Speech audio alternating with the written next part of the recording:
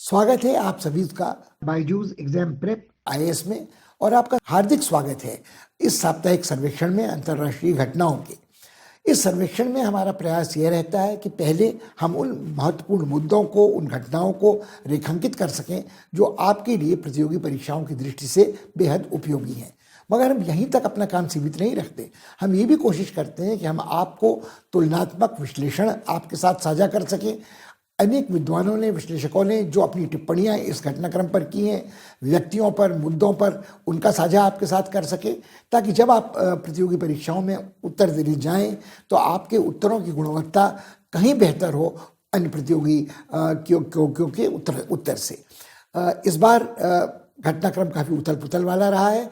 भारत के पड़ोस में बहुत कुछ ऐसा घटा है जो निश्चित रूप से हमारे सामरिक हितों को, हमारे विदेश नीति के, राष्ट्र हित के मुद्दों को प्रभावित करेगा। और साथ ही कुछ घटनाक्रम ऐसा है जो दूर दराज देशों में, दूसरे महाद्वीपों में हुआ है, जिसका प्रभाव भी देर सवेर हमारे ऊपर पड़ेगा ही पड़ेगा। न केवल भारत के ऊपर पड़ेगा, बल्कि जो अंतर्राष्ट्रीय शक्ति समीकरण है महाशक्तियों के, क्षेत्रीय शक्तियों के, वो भी बदलते नजर आ रहे हैं।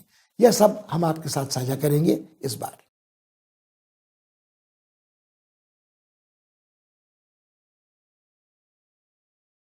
हाल के दिनों की सबसे नाटकीय और सबसे अप्रत्याशित घटना यमन के हाउदी बागियों द्वारा अबू धाबी को चालक रहित ड्रोन विमानों द्वारा निशाना बनाने की थी।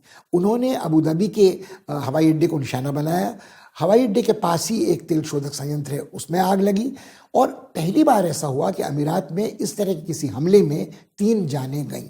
इसके पहले भी हाउदी हमले करते रहे हैं, कभी सऊदी अरेबिया पर, कभी अमीरात के ठिकानों पर, मगर किसी भी ऐसे हमले में जान की हानि नहीं हुई थी। ये पहली बार ऐसा हुआ है कि 3 व्यक्तियों ने अपनी जान गंवाई, जिनमें 2 भारतीय मजदूर थे और 1 पाकिस्तानी मजदूर था। अपने आप में ये घटना भारत के लिए, पाकिस्तान के लिए चिंता का विषय इसलिए है कि अमीरात के देशों में, खाड़ी देशों में, सऊदी अरब में, ओमान मुस्काट में बहुत बड़ी संख्या में, कुवैत हो, बहरीन हो, कतर हो, भारतीय उपमहाद्वीप के लोग रहते हैं। स्थानीय आबादी से कहीं अधिक 3 गुना 4 गुना आबादी इन प्रवासियों की है। और ये प्रवासी कुछ बिल्कुल साधनहीन, अपने सुनहरे भविष्य की तलाश में वहाँ पहुँचे मजदूर होते हैं, लगभग बधुआ मजदूर होते हैं, मगर कुछ कुशल कारीगर होते हैं, कुछ डॉक्टर, इंजीनियर आदि हैं। और अब तक अबू धाबी ने, दुबई ने और इन अमीरात के देशों ने अपनी जो छवि अंतर्राष्ट्रीय जगत में रखी थी, पुष्ट की थी, वो ये थी कि बहुत ही तूफानी, उथल पुथल और हिंसक माहौल वाले समुद्र के बीच में या रेगिस्तान में एक नखलिस्तान, एक ऐसा द्वीप है ये खाड़ी देशों का, जो शांत है, समृद्ध है और जिसने ये तय कर रखा है कि निकट भविष्य में वो अपनी नीतियों को आर्थिक विकास के लिए उस दिशा में ले जाएगा कि वो सिर्फ तेल संपदा पर निर्भर न रहे। जैसे जैसे कार्बन प्रसरण को लेकर अंतर्राष्ट्रीय चिंताएं बढ़ती हैं, मौसम बदलाव के कारण लोग चिंतित होते हैं, तो इन लोगों ने अपनी अर्थव्यवस्थाओं को तेल के दोहन और निर्यात से हटाकर दूसरी दिशा में लगाने की कोशिश की है। और वो हरित ऊर्जा हो, वो सतत ऊर्जा हो, और कई बार ये अबू धाबी ने ही ये प्रस्ताव रखा था कि वो संभव है, खासकर अब्राम समझौतों के बाद, कि वो एक पारमाणविक संयंत्र भी यहाँ स्थापित कर सकते हैं। मगर एकाएक इस हमले ने एक बहुत बड़ा सवालिया निशान इस संभावना पर लगा दिया है। यदि हाउदी बागी यमन से हमले इस प्रकार कर सकते हैं तो क्या कोई भी पारमाणविक संयंत्र यहाँ निरापद रहेगा? तो क्या यहाँ परमाणुक संयंत्र बनाने में का पूंजी निवेश या इस तरह की टेक्नोलॉजी का हस्तांतरण करने को कोई भी देश तैयार होगा? क्योंकि जो रेडियो विकिरण का खतरा है वो इन देशों के लिए इन देशों के लिए नहीं, पड़ोसियों के लिए भी बहुत विकट हो जाएगा। अब एक बात जो और याद रखने लायक है कि हमने कहा कि ये घटना प्रत्याशित हुई, ये घटना नाटकीय थी और एकाएक हुई, मगर शायद जिसे कहते हैं कि हांडी पर जो कुछ चढ़ा था वो खौल रहा था पिछले कुछ दिनों से। क्योंकि पिछले हफ्तों में ही हाउदी बागियों ने एक ऐसे जहाज पर कब्जा कर लिया था जिसका झंडा खाड़ी देशों का था। अब खाड़ी देशों का, अबू धाबी का और दुबई का ये कहना है कि ये जो जहाज था, ये जो सामग्री ले जा रहा था, इसमें राहत सामग्री थी, इसमें खाद्य सामग्री थी, इसमें प्राण रक्षक औषधियाँ थीं जो यमन तक ले जाई जा रही थी। यमन में गृह युद्ध के कारण इस तरह के प्रतिबंध और आर्थिक निषेध लगे हैं कि इस तरह की सामग्री भी वहाँ आसानी से नहीं पहुँचती है। और जो दो पक्ष आपस में लड़ रहे हैं, तथाकथित निर्वाचित जायज सरकार जिसको समर्थन प्राप्त है सऊदी अरब का, जो बल्कि वहीं से सऊदी अरब से ही ये दावा अपना पेश करती रहती है कि वही असली सरकार है, या उन बागियों का जिनका बहुत बड़ा कब्जा यमन के दक्षिणी भाग में है और उनने बड़े बड़े बंदरगाहों पर कब्जा कर रखा था, राजमार्गों पर कब्जा कर रखा था, जो तेल उत्पादक निर्यातक संयंत्र हैं उन पर कब्जा कर रखा था। तो ये क्या ये सच माना जाए? और हौदियों का तो ये कहना है कि बिल्कुल नहीं, ये तो एक बहाना था। प्राण रक्षक औषधियों और खाद्य सामग्री के बहाने ये जहाज खाड़ी देशों का हथियार और लड़ाई की अन्य सामग्री ले जा रहा था, जिसका उपयोग हौदियों के विरुद्ध किया जाना था। जब ये हमला हुआ अबू धाबी पर, तो अबू धाबी की सरकार ने तत्काल, खाड़ी देशों की सरकार ने, अमीरात ने घोषणा की कि ये उनकी संप्रभुता पर एक को चुनौती है, इसका जवाब वो मुंहतोड़ जवाब देंगे और वो अपनी स्वाधीनता, संप्रभुता और अपनी सुरक्षा के लिए पूरी तरह से आत्मनिर्भर होना चाहते हैं, स्वाधीन रहना चाहते हैं। अब सवाल ये उठता है कि जो हौदी बागियों ने जवाब में उठाया है कि खाड़ी देशों की, अमीरात देशों की संप्रभुता तो ठीक है, मगर उनकी अपने देश की संप्रभुता का क्या हाल है? कि उनकी अपनी देश की संप्रभुता का हनन वर्षों पहले हुआ है। जो तथाकथित जायज मान्यता प्राप्त सरकार है वो छुपकर काम कर रही है सऊदी अरब से, उसका कोई जनाधार नहीं है, और जब तक उसे सऊदी अरब से सैनिक सहायता नहीं मिलती वो अपना वर्चस्व तो छोड़िए, अस्तित्व तक नहीं बनाए रख सकती है। जहाँ तक हौदियों का प्रश्न है, मगर क्या उनके बारे में भी ये कहा जा सकता है कि उनका जनाधार है? क्या उनकी लड़ने की क्षमता बाहर से प्राप्त सामग्री पर नहीं निर्भर करती है? यदि शिया ईरान जो चुनौती देता रहता है सुन्नी सऊदी अरब को और खाड़ी देशों को, क्या वो ये नहीं कर रहा है कि उसकी सहायता के बिना हौदी बागी बचे नहीं रह सकते, बने नहीं रह सकते? अब वर्षों से जो चला ये गृहयुद्ध यमन में चल रहा है उसमें 4 लाख से अधिक जानें जा चुकी हैं, अपार संपत्ति की हानि हुई है और कई दसियों लाख लोग बेघर हुए हैं। और अभी कुछ दिन पहले तक संयुक्त राष्ट्र संघ के महासचिव ये घोषणा करते रहते थे कि इस सदी का सबसे बड़ा मानवीय संकट, मानवीय त्रासदी यमन में ही पैदा हो रही है। वहाँ अधिकांश लोग, 90% लोग भुखमरी की कगार पर हैं, वो कुपोषण के शिकार हैं, खासकर बच्चे, महिलाएं, और वो बहुत दिनों तक ऐसे जीवित नहीं रह सकते। मगर यमन से लोगों का ध्यान हट गया था। जब अफगानिस्तान में नाटकीय परिवर्तन हुआ तब तालिबान की चुनौती सबसे महत्वपूर्ण बन गई। कभी ये होता है कि चीन का जो प्रसार दक्षिणी चीनी सागर में होता है वो एक अंतर्राष्ट्रीय संकट बन जाता है। एक अंतर्राष्ट्रीय संकट से दूसरे अंतर्राष्ट्रीय संकट तक जब लोगों का ध्यान बढ़ता है तो यमन भुला दिया गया था। अब यहां से 3-4 बुनियादी सवालों का विश्लेषण हमारे लिए जरूरी होता है। हौदी बागियों ने ये हमला इस समय क्यों किया? क्या वो दुनिया का ध्यान इस बार आकर्षित करना चाहते थे कि आप अपना ध्यान अन्यत्र न लगाएं? आज आप चर्चा ये कर रहे हैं कि अफगानिस्तान में एक बड़ी मानवीय त्रासदी होने जा रही है। अब अफगानिस्तान के 90-95% लोग गरीबी की सीमा रेखा से नीचे हैं, वो कुपोषण का शिकार हैं। तो आपका ध्यान यमन से हटकर अब अफगानिस्तान की ओर जा रहा है, या दूसरे शरणार्थियों की ओर जा रहा है जो दक्षिण अमेरिका में से आकर घुसना चाहते हैं अमेरिका में, या घुसना चाहते हैं यूरोप में, और या आपका ध्यान बंट रहा है बोको हराम की गतिविधियों में जो जुट रहे हैं कट्टरपंथी इस्लामी अफ्रीकी महाद्वीप में। इन सब बातों को अगर आप ध्यान में रखें तो कुछ लोगों का मानना है कि हौदी बागी ये दिखाने की कोशिश कर रहे हैं कि लोग यमन को भूले नहीं, उनकी ओर देखें। और कुछ लोगों का कहना है कि ये हौदी बागी अपने आप नहीं कर रहे हैं, उनके पीठ पर जिस ईरान का हाथ है, ईरान इस माध्यम से संकेत देना चाहता है कि अब्राहमिक समझौतों के बाद सऊदी अरब, खाड़ी देश ये न समझें कि मध्य पूर्व की राजनीति में उन्होंने ईरान को अकेला छोड़ दिया है, कटघरे में खड़ा कर दिया है और वो कुछ करने की स्थिति में नहीं है। वो फंसा रहेगा इराक में, सीरिया में, लेबनान में, और उसके झगड़े वहीं सलटते रहेंगे। ईरान अगर संकेत दे रहा है तो अपने मोहरों के जरिए, हौदी बागियों के बुजुर्गों के जरिए, कि वो आज भी इस स्थिति में है कि अपनी इच्छानुसार कहीं भी यहाँ की अंतर्राष्ट्रीय घटनाक्रम को प्रभावित कर सकता है, यहाँ हिंसक माहौल पैदा कर सकता है, स्थितियाँ विस्फोटक बन सकती हैं। अब और 2-3 सवाल यहाँ और खड़े होते हैं। ये हौदियों ने स्वयं किया हो या हौदियों ने ईरान के प्रोत्साहन से किया हो? ईरान क्यों ये संकेत समय देना चाहता है? उसके कई कारण हैं। ईरान के परमाणु कार्यक्रम को लेकर जो जिच की सी स्थिति बनी हुई है, ट्रंप के शासनकाल में उस पर जो कड़े आर्थिक प्रतिबंध लगाए गए थे उनको हटाने की मांग ईरान निरंतर कर रहा है। और इस समय वियना में जो वार्ताएं चल रही हैं उसमें गतिरोध तो आया है, मगर इस बार लगता है कि गतिरोध ऐसा नहीं जो हटाया नहीं जा सकेगा। ईरान अंतर्राष्ट्रीय समुदाय को यह बात अच्छी तरह समझाना चाहता है कि उसकी सैनिक सामर्थ्य आज भी इतनी अधिक है कि अब्राहमिक समझौतों के बावजूद इस क्षेत्र को वह अस्थिर बना सकता है, विस्फोटक बना सकता है। और अमेरिका तथा विश्व के पश्चिमी दुनिया के दूसरे देशों के लिए उनके हित में ये है कि वो ईरान को अकेला थकेला कटघरे में खड़ा न करें, ताकि वो सीधे चीन की गोदी में जाकर न बैठ जाए।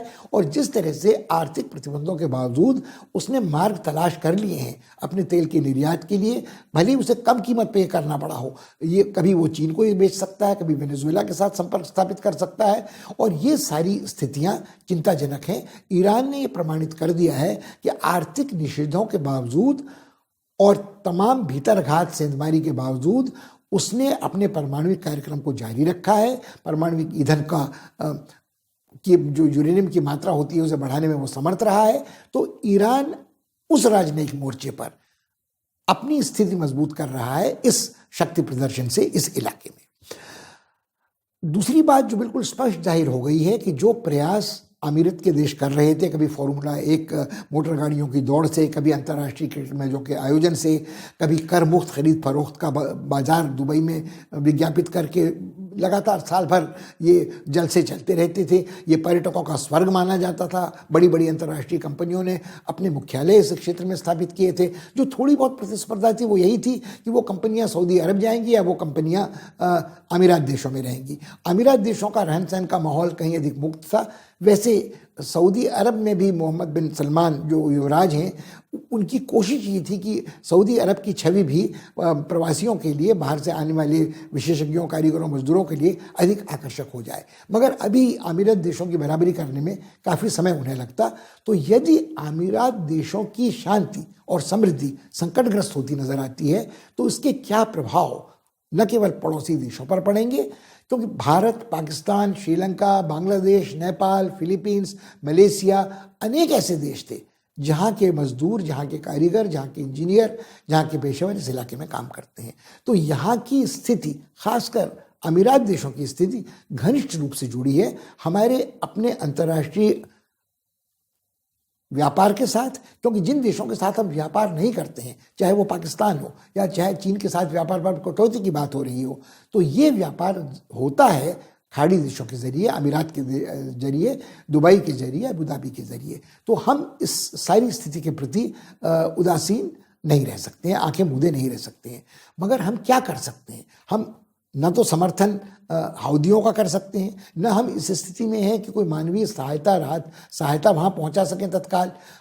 हमारे बड़े घनिष्ठ संबंध सऊदी अरब से और अमीरात के देशों से रहे हैं। तो मगर इसका अर्थ ये नहीं कि हम यहाँ आंख मूंद कर उन सामरिक नीतियों का समर्थन करें जिसके कारण ये विस्फोटक स्थिति पैदा हुई है। वो सऊदी अरब का हस्तक्षेप यमन के अंतर्राष्ट्रीय राजनीति में हो या अमेरिका का बढ़ावा प्रोत्साहन देना सऊदी अरब या खाड़ी देशों को हथियारों की खरीद फरोख्त के लिए। कुछ विश्लेषकों का मानना है कि जानबूझकर यहाँ स्थितियाँ खराब करने में वो जो हथियारों के सौदागर होते हैं, जिन्हें मौत का सौदागर कहते हैं, बड़ी बड़ी बहुराष्ट्रीय कंपनियां ये नहीं चाहती हैं कि संसार के किसी भी हिस्से में शांति स्थापित हो, वरना उनका व्यापार ठप हो जाएगा। तो तेल का अंतर्राष्ट्रीय निर्यात हो, सतत हरित ऊर्जा की समस्या हो या छोटे देशों का स्वाधीनता का प्रश्न हो, वो यमन हो या खाड़ी देश हो, इनके बारे में सोचना बहुत ज़रूरी है। अंत में एक विश्लेषक ने यह कहा है कि इन देशों को, सऊदी अरब को और खाड़ी देशों को अपनी संपत्ति और समृद्धि के कारण यह मुगालता हो गया था कि कम से कम अपने क्षेत्र में वो निर्णायक भूमिका राजनीति में और सामरिक क्षेत्र में निभा सकते हैं। ये भरम आज टूट चुका है। उनके अपने क्षेत्र में भी उनकी क्षमता क्षेत्रीय शक्ति की भी के रूप में भी बहुत सीमित है। इस क्षेत्र के बाहर की शक्तियां ही यहाँ के घटनाक्रम को आने वाले कुछ समय तक अभी प्रभावित करती रहेंगी।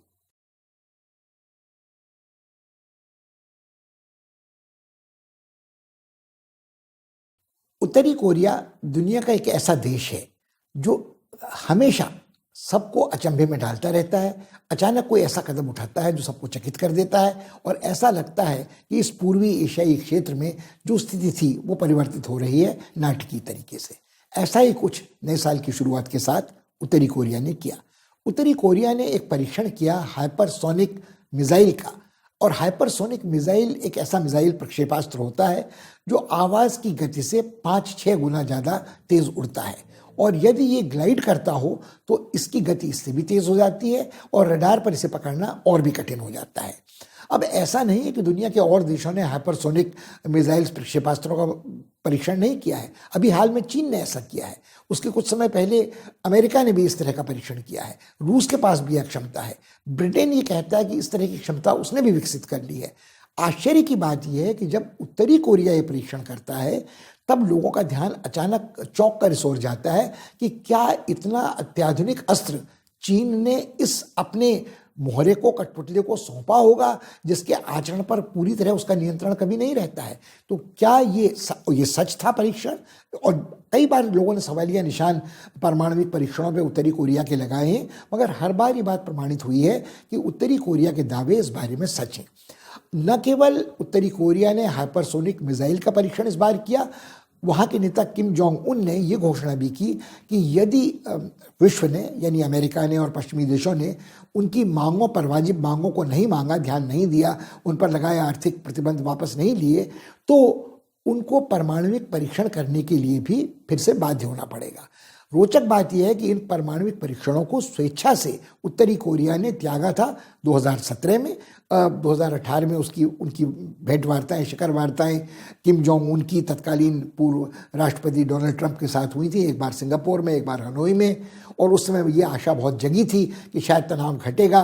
ट्रंप अपने आप को एक सशक्त, मजबूत आदमी समझते थे और उनका मानना हमेशा रहता था कि किम जोंग उन भी उन्हीं की तरह निर्णय लेने में सक्षम है, एक तरफा अपने आप, किसी और से राय मशवरे की उन्हें ज़रूरत नहीं, तो तनाव घट सकता था, इसकी संभावना थी। और उसी दौरान ये भी हो रहा था कि पारा कुछ गिर रहा था। उत्तरी कोरिया के नेता चलकर आए थे उस सीमा तक जो विभाजित करती है उत्तरी और दक्षिणी कोरिया को। दोनों देशों के शिखरस्थ नेताओं ने वहाँ सुलह की पेशकश की थी, मगर ये सुधार भी सामान्यीकरण की ओर बहुत देर तक नहीं चला। वो तनाव फिर से उत्तरी कोरिया, दक्षिणी कोरिया के बीच में बढ़ते रहे हैं। अमेरिका के साथ तो लगभग एक युद्ध जैसी स्थिति निरंतर चलती आ रही है। यहाँ 2-3 और बातों की ओर ध्यान दिलाना ज़रूरी है कि उत्तरी कोरिया एक ऐसा देश है जहाँ द्वितीय विश्व युद्ध के बाद से आज तक लगभग एक ही वंश, एक ही परिवार के लोग शासन करते आ रहे हैं। किम इल सुंग वो व्यक्ति थे जो कोरिया की कम्युनिस्ट सेना में अफसर रह चुके थे, और जब वो सेना नायक थे, अपने को जनरलिज्मो कहते थे, उसके बाद पहले वो प्रधानमंत्री और फिर राष्ट्रपति बन गए। उनके बाद उनके बेटे शासक बने, तानाशाह बने, और उनके बाद अब उनके पोते किम जोंग उन बने हुए हैं। तो वो किम इल सुंग हो, किम जोंग इल हो, किम जोंग उन हो, कभी इनकी बहनों का जिक्र होता है। और इनके सबके बारे में जो सीमित जानकारी संसार को है, इनके बारे में कहा जाता है निरंकुश, बर्बर, खूंखार तानाशाह हैं, और जिसका भी इनके साथ मतभेद होता है वो इनके परिवार का कोई सदस्य हो, रिश्तेदार हो, या कभी विश्वास पात्र कोई सलाहकार हो, उसको बड़ी बुरी तरह या तो तोप के गोलों से उड़वा दिया जाता है या भूखे कुत्तों से निचवा दिया जाता है। इस तरह का प्रचार लगातार शीत युद्ध के दौरान भी विपक्षी के प्रति चलता रहा है। तो ये दानवीकरण, ये राक्षसीकरण किस हद तक सही है कहना कठिन है, मगर जो बात सच है, जो बात नकारी नहीं जा सकती है कि उत्तरी कोरिया शेष दुनिया के लिए की नज़रों से ओझल रहता है। उसने अपने चारों ओर एक ऐसा पर्दा गिरा रखा है जो लौ आवरण से भी बुरा है। विदेशी वहाँ जा नहीं सकते, विदेशियों के आने जाने पर बहुत प्रतिबंध है, पर्यटक जाते हैं तो जिस पर्यटक पर जरा भी संदेह होता है उसे जासूसी के आरोप में गिरफ्तार कर लिया जाता है। और कई बार अमेरिकी किशोर छात्र जो दुस्साहसिक यहाँ पहुँचे हैं, अभागे, इस तरह की सज़ा पाने के लिए शिकार हुए हैं। मगर जो बात हम भूल जाते हैं वो ये है कि अभी हाल में जब ये चुनौती और धमकी भरे बयान दे रहे थे किम जोंग उन, इसके कुछ ही पहले उन्होंने पार्टी की बैठक में एक बात स्वीकार की थी। उन्होंने कहा था कि उनके देश में, खासकर कोविड की महामारी की चपेट में आने के बाद, आर्थिक संकट बहुत विकट हो रहा है और आर्थिक नीतियां सफल नहीं रही हैं। तो जिस व्यक्ति को लगभग ईश्वर के समान माना जाता है वो खुद ये स्वीकार करने को बाध्य हुआ कि कुछ नीतियां ऐसी थी पार्टी की जिनकी अंतिम जिम्मेदारी उनकी अपनी थी, तो जो सफल नहीं हुई थी। और उन्होंने सुझाया कि शायद इस सुधार की ज़रूरत हमें है। जहाँ तक शेष दुनिया के विशेषज्ञों का मानना है, उनका मानना है कि लंबे समय से उत्तरी कोरिया अकाल, दुर्भिक्ष, कुपोषण का शिकार है। वहाँ की अधिकांश जनता जो है उसको पता ही नहीं है कि बाकी दुनिया में क्या हो रहा है। और जैसा हमने कहा, 3 पीढ़ियों से एक कुनबे का शासन वहाँ चल रहा है, तानाशाही चल रही है। चीन की कृपा से, चीन की सहायता से थोड़ा बहुत उन्हें सहायता मिलती रही है, क्योंकि चीन के विरुद्ध भी आर्थिक प्रतिबंध अमेरिका और पश्चिम ने लगाए हैं, उत्तरी कोरिया के विरुद्ध भी लगाए हैं। मगर इन 2 देशों के बीच का आपसी व्यापार का जो नाता था, वो एक तरह से उत्तरी कोरिया को जीवित रहने में, अपनी जनता को सीमित मात्रा में ही सही पोषक आहार देने में, दवाइयाँ पहुँचाने में सक्षम रहा था। दूसरी ओर जब से कोविड की चपेट आई, तब से ये जो सरहद थी उत्तरी कोरिया और चीन के बीच में, वो भी बाधित हो गई है। तो शायद इस कारण भी उत्तरी कोरिया में आर्थिक संकट पैदा हो रहा है।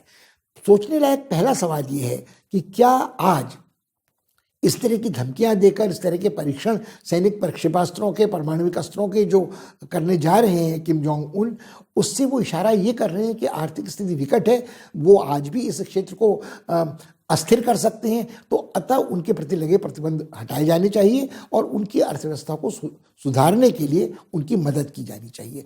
ये कल्पना करना कठिन है कि एकाएक अंतर्राष्ट्रीय बड़ी शक्तियां और अंतर्राष्ट्रीय समुदाय ऐसा करने को तैयार हो जाएंगे, या वो किम जोंग उन अपने देश में विदेशी आर्थिक सहायता के नाम पर पहुंचने वालों को अबाध रूप से आने जाने देंगे। एक और रोचक दिलचस्प बात जो उत्तरी कोरिया के बारे में है कि बहुत सारे लोगों के लिए उत्तरी कोरिया अछूत है, मगर भारत के राजनयिक संबंध उत्तरी कोरिया के साथ बिल्कुल राजदूत के स्तर पर है। उत्तरी कोरिया का दूतावास भारत में है, भारत का दूतावास प्योंगयांग में है, और हम भले ही प्रचार नहीं करते हैं, प्रधानमंत्री स्तर पर या राष्ट्रपति स्तर पर ये यात्राएं वहाँ की नहीं हुई हैं, मगर हमारे विदेश राज्य मंत्री जब जनरल सिंह थे तो उनकी बातचीत बड़े अधिकारियों से उत्तरी कोरिया की हुई थी। उत्तरी कोरिया के राजदूत मिलते जुलते रहते हैं अपने समकक्ष सहयोगियों से भारत में, और भारत उन बहुत कम देशों में है जो खाद्य सामग्री और दवाइयाँ उत्तरी कोरिया तक पहुँचाता रहा है। हाँ, हाल के प्रतिबंधों के बाद अमेरिकी नाराज़गी की चिंता को ध्यान में रखते हुए भारत ने इस व्यापार में कटौती की है। हाँ, कोविड के समय एक बड़ी खेप कोविड वैक्सीन की कोरिया में पहुंचाई गई थी। तो जहां कोरिया की अपेक्षा यह है कि भारत उसके साथ अपने संबंधों का विस्तार करे, मगर इन संबंधों के विस्तार करने की संभावना कम इसलिए है कि अगर आप तुलना करें उत्तरी कोरिया की और दक्षिणी कोरिया की, तो दक्षिणी कोरिया के साथ भारत के जो संबंध हैं वो मोटर गाड़ियों के बारे में है, वो जहाजरानी के बारे में है, वो खनिजों के बारे में है, वो रासायनिक उत्पाद के बारे में है, प्राण रक्षक औषधियों के बारे में है, वो इलेक्ट्रॉनिक्स के बारे में है, कंप्यूटर्स के बारे में है, उपभोक्ता सामग्री के बारे में है, फ्रिजडियर हों या एयर कंडीशनर्स हों। तो कुल मिलाकर दोनों देशों का जो आर्थिक विकास हुआ है, विभाजित देशों का, उत्तरी कोरिया का और दक्षिणी कोरिया का, वो लगभग अलग अलग दिशा में हुआ है। अब ये सच है कि उत्तरी कोरिया में आज भी सख्ती वाला साम्यवाद है, मगर क्या वो सख्ती वाला साम्यवाद वैसा ही है जो किम इल सुंग के ज़माने में जूचे की विचारधारा के प्रचार के समय था, या धीरे धीरे उसमें कुछ शिथिलता आई है? कुनबा परस्त तानाशाही वहाँ हो सकती है, मगर वहाँ जो साम्यवाद का नमूना है, क्या उसकी तुलना किसी और देश के साम्यवाद से की जा सकती है?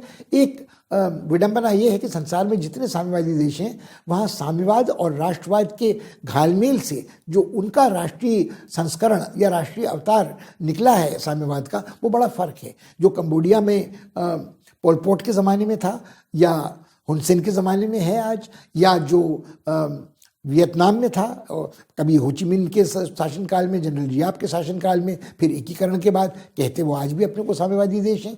या चीन में जो साम्यवाद था माओवाद के काल में, क्या वो देंग शाओपिंग के बाद वही रहा है? या जो सोवियत संघ में स्टालिन के काल में साम्यवाद था, वो खुश्चेव के काल में क्या वैसा ही अक्षत रहा था? और सोवियत संघ के विघटन के बाद क्या उस देश को पुतिन आज भी हट करते हैं कि वो साम्यवादी देश है? मगर क्या क्यूबा का साम्यवाद हो या किसी और देश का साम्यवाद हो, तो ये सोचना कठिन है कि सिर्फ साम्यवादी देश है कहने के बाद हम उसे तानाशाह कर सकें, या पारिवारिक कुनबा परस्त देश है तो हम उसे तुनक मिजाज तानाशाही और एक लगभग विकृत मानसिकता वाले तानाशाह द्वारा शासित प्रदेश मान लें। हम उसकी असफलताओं का सारा ठीकरा उन नेताओं के सर फोड़ें और ये भूल जाएं कि किस तरह से उन्हें प्रतिबंधों का सामना करना पड़ा है निरंतर।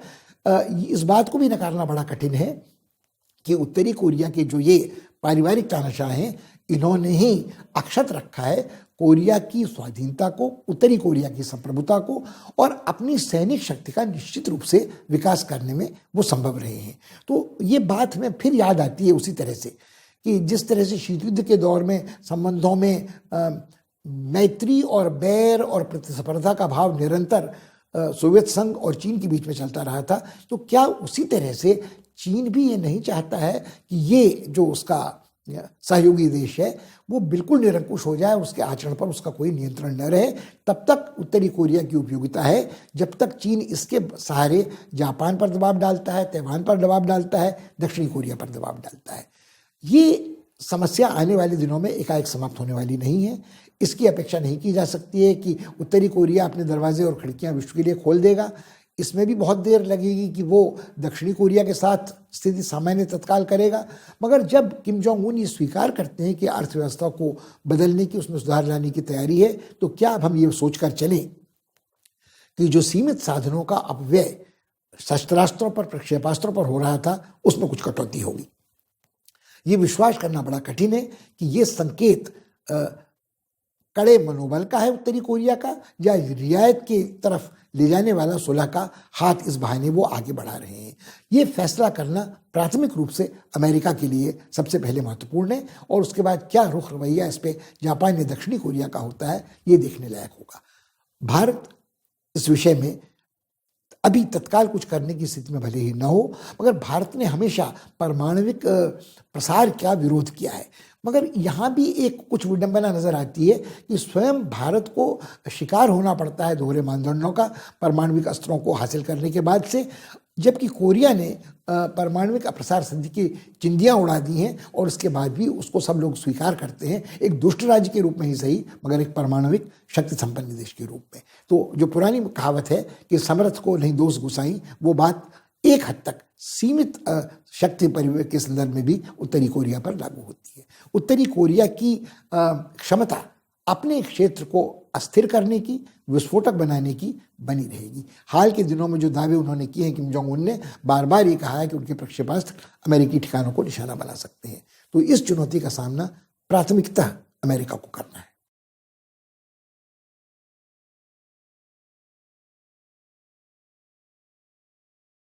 पाकिस्तान के प्रधानमंत्री इमरान खान ने अभी हाल में एक ऐसे दस्तावेज का प्रकाशन किया है, साझेदारी की है अपने देशवासियों के साथ, जिसको उन्होंने नाम दिया है कॉम्प्रिहेंसिव सिक्योरिटी पॉलिसी डॉक्यूमेंट। अर्थात समग्र सुरक्षा के लिए, एक देश की सुरक्षा के लिए उन्होंने एक दस्तावेज, एक नक्शा, एक रूपरेखा आने वाले वर्षों के लिए तैयार की है। इसके दो महत्वपूर्ण पहलू हैं। उन्होंने और उनके सुरक्षा सलाहकार डॉक्टर मोइन यूसुफ ने बार बार इस बात पर जोर दिया कि आज की दुनिया में सुरक्षा का अर्थ सिर्फ सैनिक या सामरिक सुरक्षा नहीं हो सकता, और न कोई भी देश अपनी स्वाधीनता, संप्रभुता की रक्षा सिर्फ सैनिक और सामरिक साधनों से कर सकता है। इस दस्तावेज का एक महत्वपूर्ण वक्तव्य ये है कि देश की असली सुरक्षा के लिए आर्थिक प्रगति, आर्थिक विकास जरूरी है, खाद्य सुरक्षा जरूरी है, ऊर्जा सुरक्षा जरूरी है, और एक मानवीय सुरक्षा जरूरी है कि उस देश में रहने वाले जो हैं वो अपने को निरापद महसूस करें, वो अल्पसंख्यक हों, वो महिलाएं हों, वो जनजाति हों। हम अक्सर पाकिस्तान के बारे में जब सोचते हैं तो हम पाकिस्तान की कल्पना करते हैं एक दुश्मन के रूप में, और हमारा अनुभव ये हमें बाध्य करता है इस तरह सोचने के लिए कि पाकिस्तान हम सरहद पार एक ऐसा शत्रु है जो हम पर हमले कर सकता है, कभी पारंपरिक युद्ध के जरिए, कभी परमाणविक भयादोहन कर सकता है, और सबसे खतरनाक है कि अपने देश को शरणस्थली बनाकर कट्टरपंथी आतंकवादियों के द्वारा भारत पर परोक्ष रूप से भी हमले कर सकता है।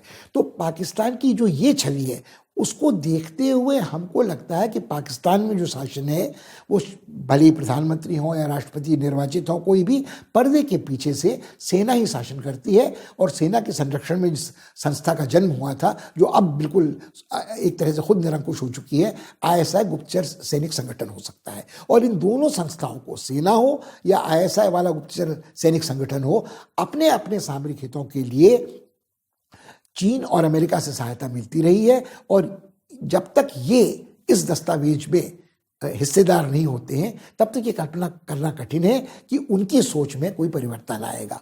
तो पहला सवाल तो ये है कि अक्सर ये बात कही जाती थी कि इमरान खान स्वयं कोई स्वाधीन प्रधानमंत्री नहीं है, वो तो कठपुतले हैं सेना के हाथ में। तो क्या आज जिस दस्तावेज को उन्होंने सामने रखा है वो ये बात प्रमाणित कर रहा है कि सेना भी आज कुछ पुनर्विचार कर रही है अफगानिस्तान के घटनाक्रम के बाद, कि अब उसे शायद कुछ दूसरी तरह से अपनी सुरक्षा के बारे में सोचना पड़ेगा? और क्या सेना भी आज इस बात को महसूस कर रही है कि पाकिस्तान की आर्थिक दशा इतनी खराब हो चुकी है कि कितने ही विराट पैमाने पर उसे सैनिक सहायता साज सामग्री क्यों न मिले अमेरिका या चीन से, इससे कोई लाभ उसकी राजनीतिक स्थिरता में, आंतरिक राजनीति में होने वाला नहीं है, जो एक विकट सामरिक चुनौती उसके लिए आंतरिक बन सकती है। हम अक्सर ये भी भूल जाते हैं कि पाकिस्तान खुद एक संघीय राज्य है, वहाँ बहुत तरह की विविधता है, वो बलूचिस्तान हो, वो पूर्वोत्तरी सीमांत हो, वो जनजातीय प्रदेश हो, वो सिंध का प्रदेश हो, वो बड़े बड़े शहर हों जहाँ निस्वार्थ अलग अलग हैं। और इसी दस्तावेज में एक और बात की ओर जब ध्यान दिलाया इमरान खान ने, वो विचार दी है। उन्होंने कहा कि पाकिस्तान के आर्थिक संसाधन बहुत सीमित हैं अपने लोगों की ज़रूरतों को पूरा करने के लिए, तो इन आर्थिक संसाधनों को हमारे लिए जुटाना बहुत ज़रूरी है। अब ये निश्चित ही ये एहसास ऐसा नहीं कि सिर्फ इमरान खान को हो रहा है और सेना इससे बेखबर थी। क्या हम ये माने कि अफगानी घटनाक्रम के बाद सेना यह सोचने को विवश हुई है कि वो उस तरह से अमेरिकी वित्तीय सहायता पर भरोसा नहीं कर सकती जो उसे पिछले 20 साल से मिल रहा था?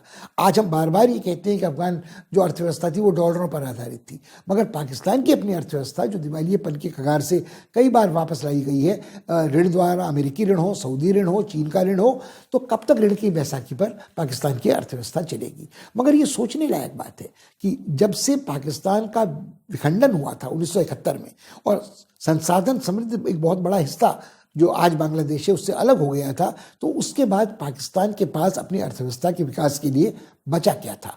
और जिन भ्रष्ट ताकतों ने जो पाकिस्तान की राजनीति में सक्रिय थी, जो भ्रष्टाचार सेना में भी व्याप्त था, जिसने एक तरफा एक ऐसे विकास को जन्म दिया है जो परजीवी विकास था, जिसने पाकिस्तान में एक क्षेत्रीय असंतुलन को पैदा किया है।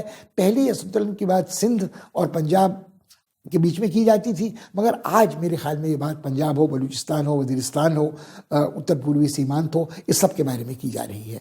तो इमरान खान का यह दस्तावेज हमें दो और बातों की तरफ भी ध्यान दिलाता है। इमरान खान ने ये बात स्वीकार की कि पाकिस्तान अपने पड़ोसियों के साथ सामान्य शांतिपूर्ण संबंध चाहता है। मैत्रीपूर्ण शब्द का प्रयोग उन्होंने नहीं किया, मगर उन्होंने ये कहा कि हम ऐसे अच्छे रिश्ते अपने पड़ोसियों से चाहते हैं।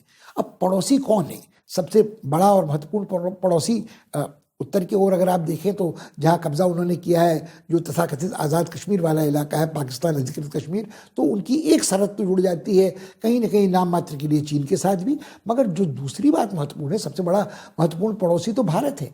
तो भारत के साथ संबंधों में सामान्यीकरण या दोस्ताना अंदाज कैसे आ सकता है? अब इसी संवाद में इमरान खान ने तो इन शब्दों का प्रयोग नहीं किया, मगर उनके सुरक्षा सलाहकार डॉक्टर मोइन यूसुफ ने कहा कि भारत के साथ वर्तमान हालत में संबंधों के सुधार की कल्पना करना थोड़ा कठिन है, क्योंकि वहाँ एक फांसीवादी सरकार काम कर रही है, वहाँ एक बड़ी उग्र हिंदुत्ववादी सरकार काम कर रही है, जिसने कश्मीर में एक तरफा यथास्थिति को बदला है, उस राज्य का दो टुकड़ों में बांट दिया है, उसे केंद्रीय शासित प्रदेशों में बदल दिया है, वहाँ अल्पसंख्यकों के प्रति अत्याचार हो रहे हैं, वहाँ जनतांत्रिक संस्थाओं का हनन हो रहा है, आदि आदि।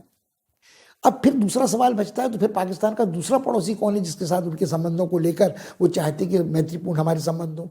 क्या उनका इशारा तालिबान शासित अफगानिस्तान के प्रति है?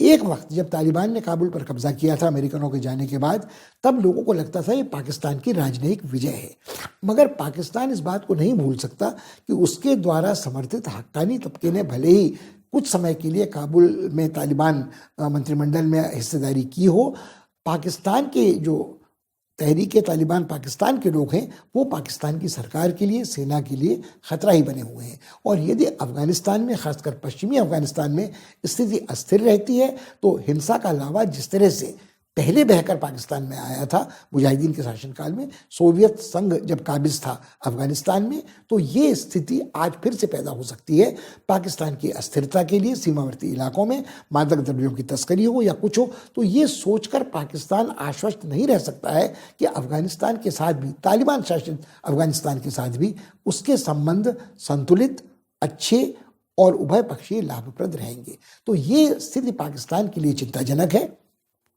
और ये सोच पाना कठिन है कि उसके जितने भी उसको सहायता देने वाले देश हैं वो स्वयं कहीं न कहीं इस समय अपने अपने संकटों में उलझे हैं।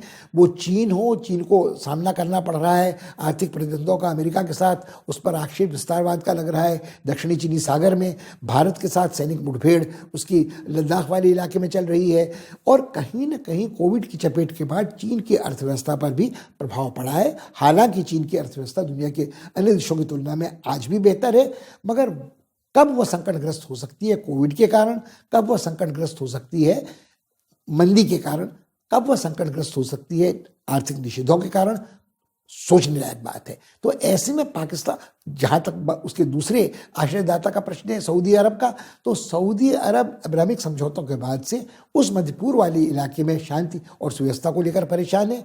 जो हाउदी बागी उस पर हमले कर रहे हैं, अमीरात के देशों पर हमले कर रहे हैं, उनका ध्यान बटा हुआ है और कई बार सऊदी अरब ने अपना यह रवैया स्पष्ट कर दिया है कि पाकिस्तान अनिश्चित काल तक उनकी आर्थिक सहायता पर निर्भर नहीं रह सकता।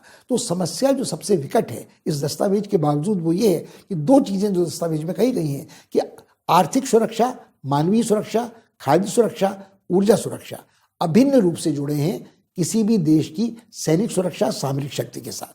तो कैसे इसमें परिवर्तन हो सकता है? पाकिस्तान के सामने विकल्प कौन से हैं?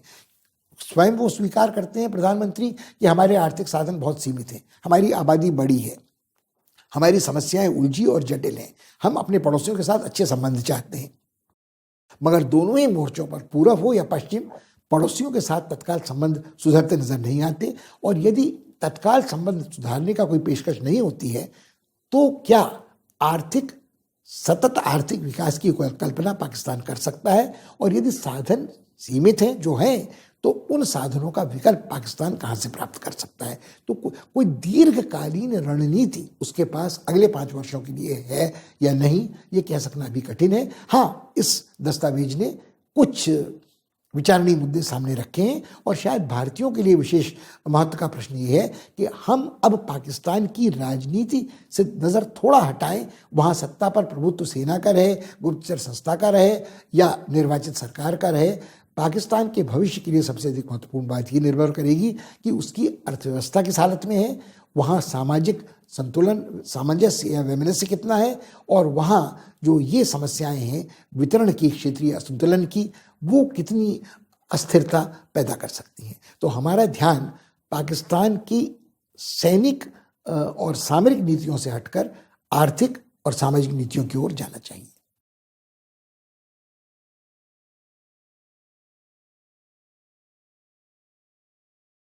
अब इस बात को लगभग 5 महीने हो गए हैं जब तालिबान ने अफगानिस्तान में कब्जा किया था।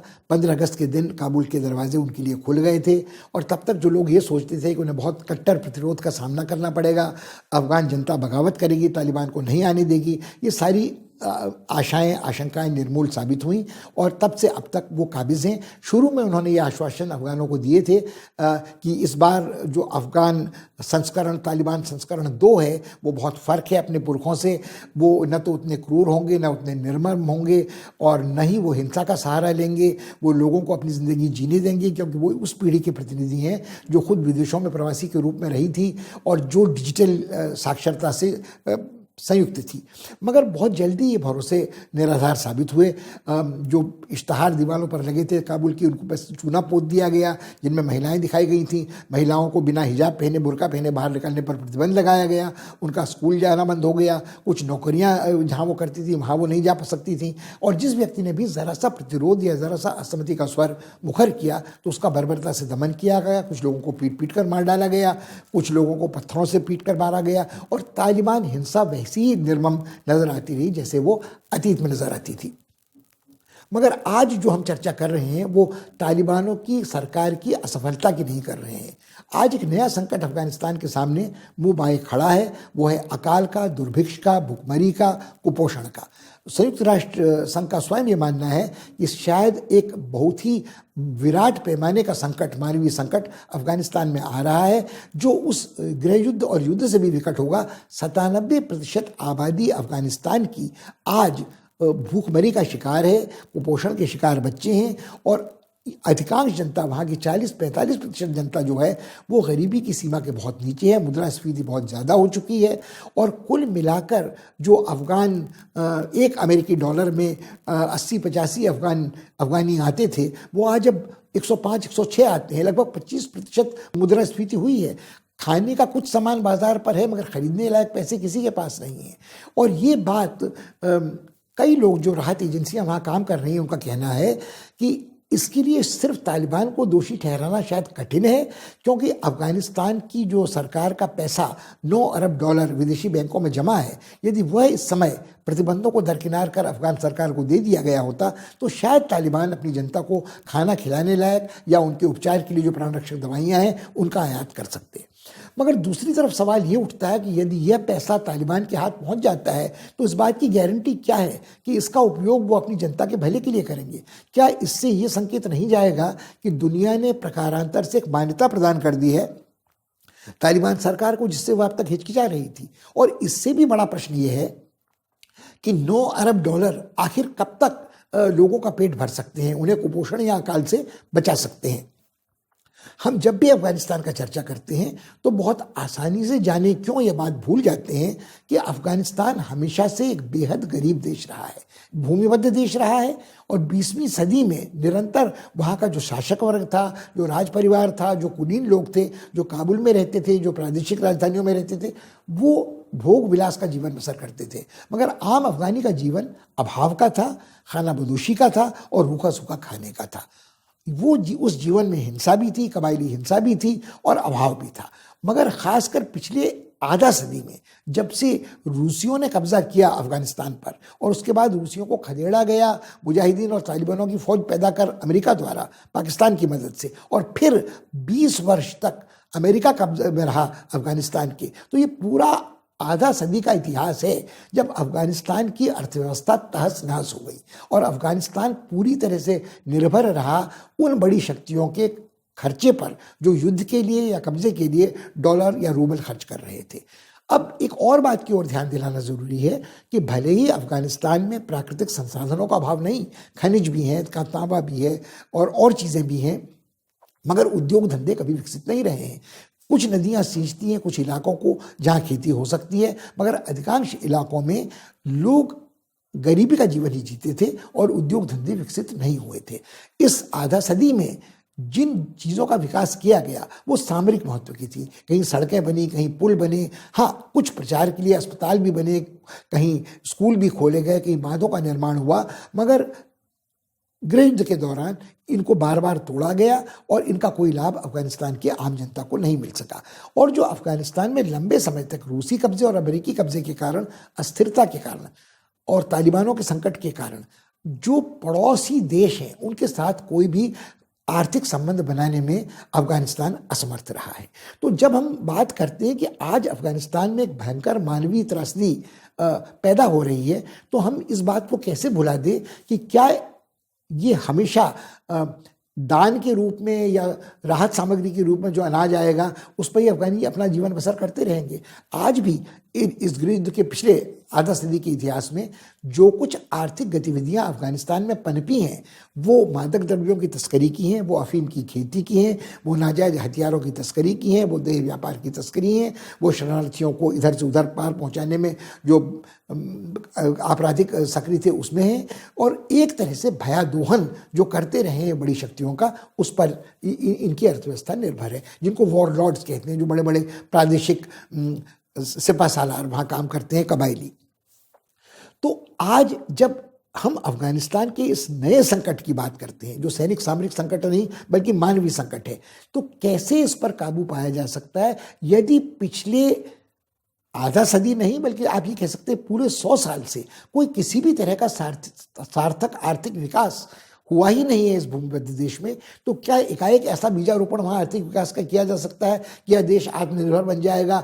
खाद्यान्न में नहीं भी आत्मनिर्भर बनेगा तो कुछ ऐसी चीज़ों का उत्पादन वहाँ वापस शुरू हो जाएगा जिसके आदान प्रदान से वो अपनी ज़रूरत की सामग्री ग्रहण कर सकेगा। कुछ विद्वानों ने ये राय दी है कि यदि वहाँ की बैंकिंग व्यवस्था एकदम तत्काल सुधार दी जाए, वहाँ की वित्तीय प्रणाली सुधार दी जाए, तभी उसका कल्याण हो सकता है। मगर ये सारे नुस्खे बिल्कुल एक तरह से निराधार हैं कि जिस देश में कानून का राज ही नहीं है, जिस देश में शांति और सुव्यवस्था ही नहीं है, जिस देश में संचार के साधन नहीं है, जिस देश में भयंकर अराजकता का माहौल है, जिसकी लाठी उसकी भैंस से बदतर हाल है, उस देश में कैसे वित्तीय व्यवस्था या बैंकिंग प्रणाली का पुनर्निर्माण हो सकता है जहां विदेश से यहाँ पूंजी का निवेश किया जा सके? कौन ऐसा दुस्साहसी होगा जो ऐसी स्थितियों में पूंजी का निवेश करेगा या वित्तीय संसाधनों का हस्तांतरण करेगा?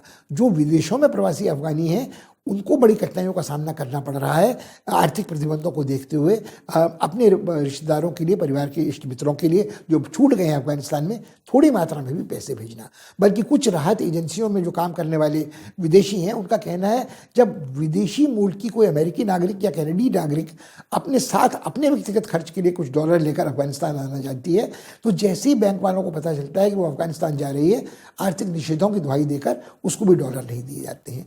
तो ये एक ऐसी समस्या है जिसका समाधान होता निकट भविष्य में नजर नहीं आता है। मगर भारत के लिए ये स्थिति चिंताजनक है क्योंकि भारत के नजरिए में अफगानिस्तान और पाकिस्तान एक साथ जुड़े हुए हैं। जो पाक चुनौती है, यदि अफगानिस्तान अस्थिर होता है और वहां से हिंसा का अलावा बरास्ता पाकिस्तान भारत में आता है तो भारत के लिए चिंता का विषय है। और भारत के लिए मध्य एशियाई देशों तक पहुंचना भी तब तक संभव नहीं वायुमार्ग से या स्थल मार्ग से जब तक पाकिस्तान और अफगानिस्तान में स्थितियां कमोबेश सामान्य नहीं होती हैं।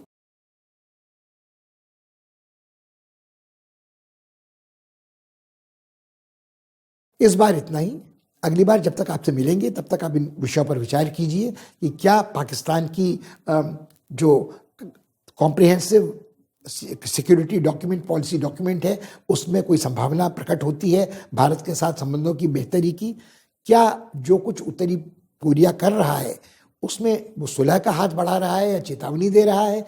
इसी तरह हाउदी जो आक्रमण कर रहे हैं अबू धाबी पर, वो क्या एक चारों तरफ से घिरे हुए व्यक्ति का आचरण है जो घबरा गया है, या उसके पीछे ईरान प्रकारांतर से संकेत दे रहा है कि इस स्थिति में कितनी महत्वपूर्ण भूमिका राजनीतिक स्थिरता में या इसको विस्फोटक बनाने में उसकी हो सकती है? ये सारी बातें ऐसी हैं जिन पर हमको गंभीरता से विचार करना चाहिए क्योंकि भारत एक ऐसा देश है जो महाशक्ति भले ही ना हो, जो बहुत बड़ी शक्ति भले ही ना हो, मगर उसके हित लगभग दुनिया के हर महाद्वीप के घटनाक्रम से जुड़ते हैं और क्षमता उसकी सीमित हो तो इतनी सीमित भी नहीं है कि वो संतुलन को कहीं ना कहीं अपने पक्ष में ढालने में बिल्कुल असमर्थ रहे।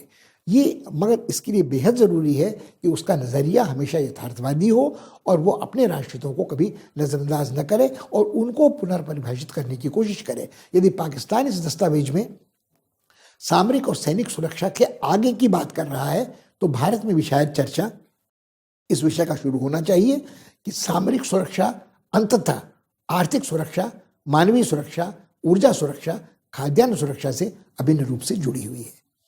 अगली बार आपसे फिर मुलाकात होगी, तब तक इतना ही। धन्यवाद, नमस्कार।